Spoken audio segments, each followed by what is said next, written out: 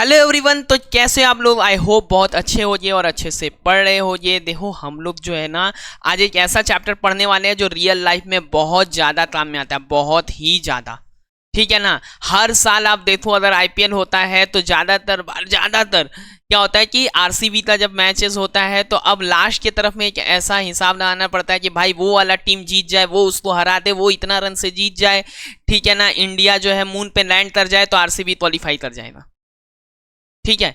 तो ये जो परमुटेशन एंड कॉम्बिनेशंस हम लोग लगाते हैं ना, यही है ये chapter permutation and combination. Life में आप बहुत सारा काम करोगे जहां पे आपको चीजों को अरेंज करना पड़ेगा, तो चीजों को सेलेक्ट करना पड़ेगा। तो ये अरेंजमेंट सिलेक्शन यही सब तो है परमुटेशन एंड कॉम्बिनेशन।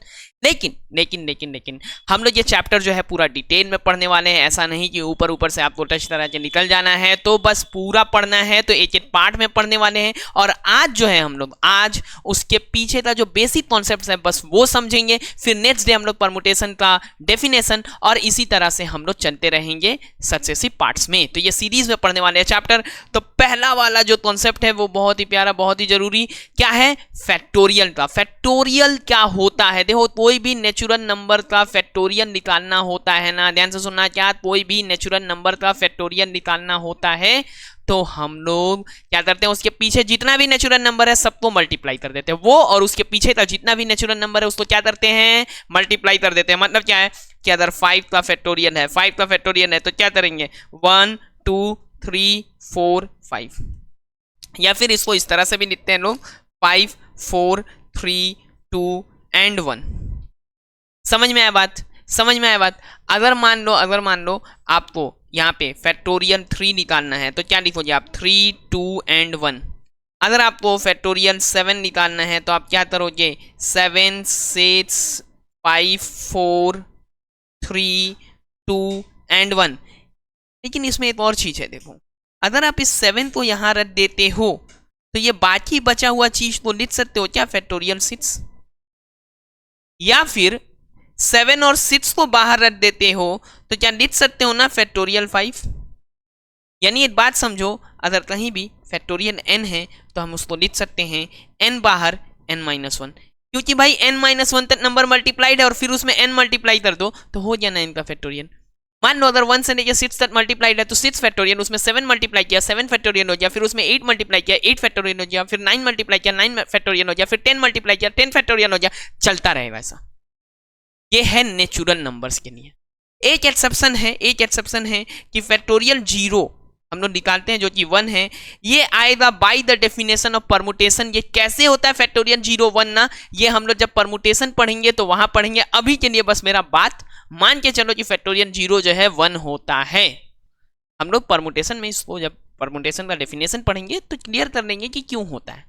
ठीक है ना। ये एक एक्सेप्शन है। कभी कभी मैथ्स में भी एक्सेप्शन हो जाता है, हमेशा एक्सेप्शन केमिस्ट्री में ही नहीं होता है। ठीक है।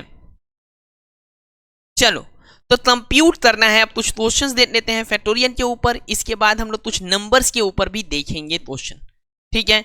तो फैक्टोरियल जो है, factorial 9 by factorial 6 and factorial 3, ये कितना होने वाला है? तो फैक्टोरियल 9 है, देखो फैक्टोरियल 9 है तो मैं इसको लिख सकता हूँ क्या? 9 इंटू 8 इंटू 7 इंटू फैक्टोरियल 6। बोलो ऐसा ही क्यों किया?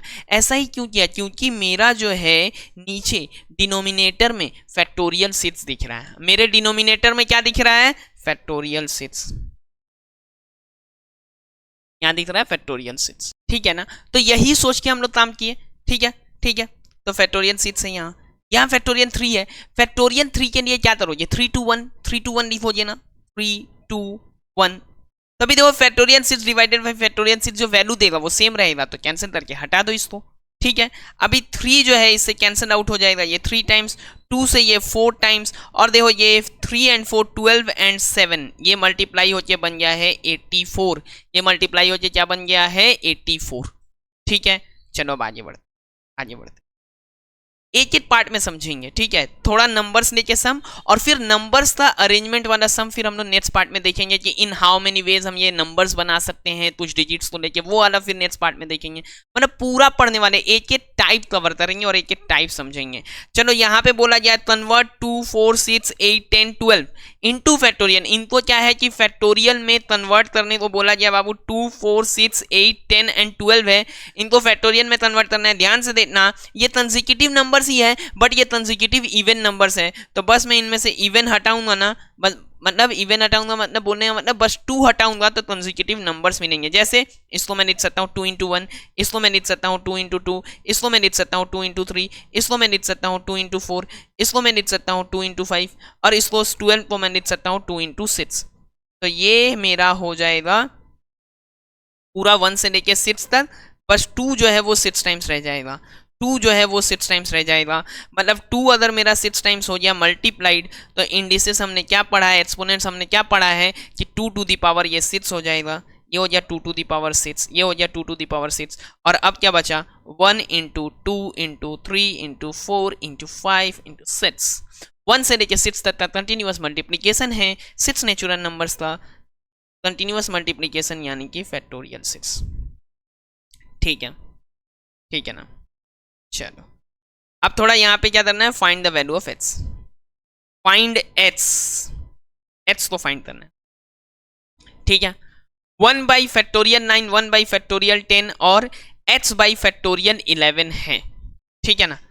अब यहाँ देखो क्या है कि 1 बाई फैक्टोरियल 9 फैक्टोरियल 10 और यहाँ पे फैक्टोरियल 11, यानी सब चीज को अगर मैं फैक्टोरियल 9 में तोड़ दूं तो मेरा काम चल जाएगा। ये बात एक समझ में आ रहा है कि नहीं। थोड़ा थोड़ा क्या होता है ना कि मैथ्स का प्रॉब्लम सॉल्व करने का भी एक आदत होता है जो आपको क्वेश्चन देख के बताता है कि अगर मेरा यहाँ फैक्टोरियल 9 है तो मैं इसको फैक्टोरियल 9 में ला सकता हूँ, इसको फैक्टोरियल 9 में ला सकता हूँ। कैसे लिखूंगा मैं 1 बाई फैक्टोरियल 9, यहाँ मैं क्या लिखूंगा 1 बाई 10 इंटू फैक्टोरियल 9, यहाँ मैं क्या लिखूंगा। ठीक है, 11 बाहर चला गया तो फैक्टोरियल 10, 10 बाहर चला गया तो फैक्टोरियल 9।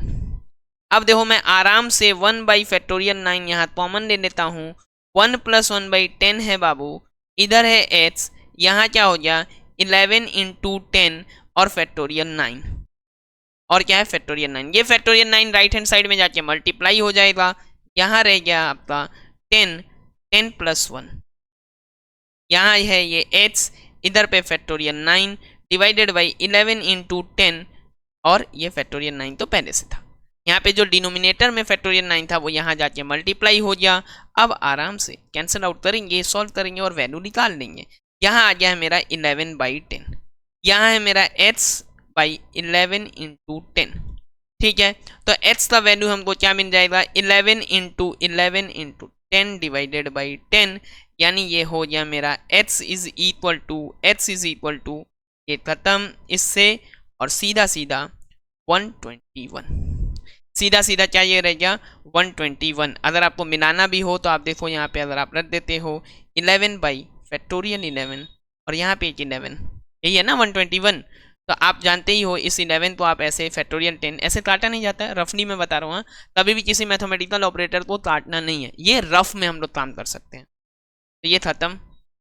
अभी यहाँ भी इसको सॉल्व कर रहे थे तो 11 बाई फैक्टोरियल 10 ही था, तो ठीक आया है आंसर। ठीक है, कभी भी किसी मैथमेटिकल ऑपरेटर को लॉग को इसको काटा नहीं जाता। आप एमसीक्यू एग्जाम दे रहे हो, रफ में काम कर रहे हो, वो अलग बात है। ठीक है, अभी इधर आओ, ऊपर जो है वो n+2 divided by factorial n। Actually यहाँ पर क्वेश्चन होना चाहिए factorial n+2 divided by n is equal to 2550।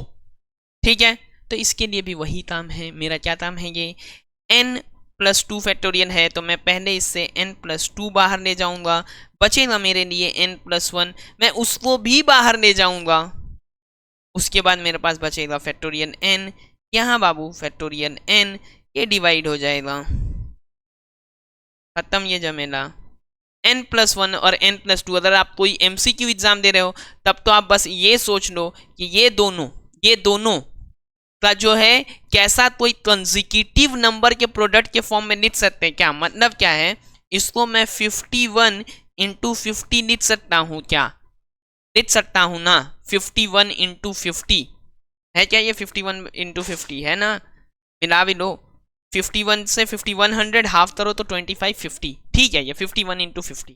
और यहाँ पर क्या है n+2 और n+1, ये वाला ट्रिक ना एमसीक्यू में आपका परमुटेशन कॉम्बिनेशन में बहुत काम में आने वाला है। जब भी देखो आप यहाँ क्या आएगा, कंसेक्यूटिव नंबर्स ही आने वाले हैं, तो राइट साइड के नंबर को कंसेक्यूटिव में रखो। और अब सीधा क्या है, n+1 आपका 50 है, n+2 आपका 51 है, तो आप सीधा n+1 को लिखो 50 और n हो गया आपका 49। ऐसा नहीं करना है एमसीक्यू एग्जाम में कि इसको पूरा मल्टीप्लाई किया, क्वाड्रेटिक में बदला और फिर लाए आंसर। वो आप कब करोगे, जब आप क्लास 11 में हो, सब्जेक्टिव एग्जाम दे रहे हो। लेकिन अगर कोई भी ऐसा एग्जाम दे रहे हो जिसमें आपको एमसीक्यू यूज करना है, तो सीधा आंसर मिल जाएगा आपको। क्या है, कंसेक्यूटिव नंबर्स में ब्रेक करना, क्योंकि फैक्टोरियल हमेशा किस में आने वाला है, कंसेक्यूटिव नंबर्स में आते हैं।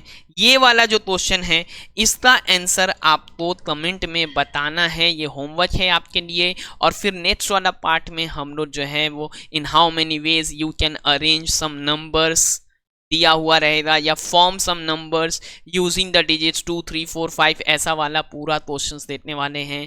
फिर हम लोग परमुटेशन का डेफिनेशन भी देखने वाले हैं। सब कुछ चलता रहेगा। आपको अगर ये वीडियोस अच्छा लगा, ये वाला वीडियो, पिछला वीडियोस भी अच्छा लगा होगा, ये वीडियो अगर अच्छा लगा हो तो इसको ज़्यादा से ज़्यादा लोगों में शेयर करें, लाइक करें। इसको आप कमेंट में ज़रूर बताएं कि आपका ये क्या आंसर है। और बहुत जल्द हम लोग नेक्स्ट पार्ट लेके रेडी रहेंगे। चैनल पे अभी भी नए हो तो सब्सक्राइब करके बेल नोटिफिकेशन ऑन रखो, ताकि आपको सबसे पहले नोटिफिकेशन मिलता रहे। आज के लिए इतना ही, थैंक यू।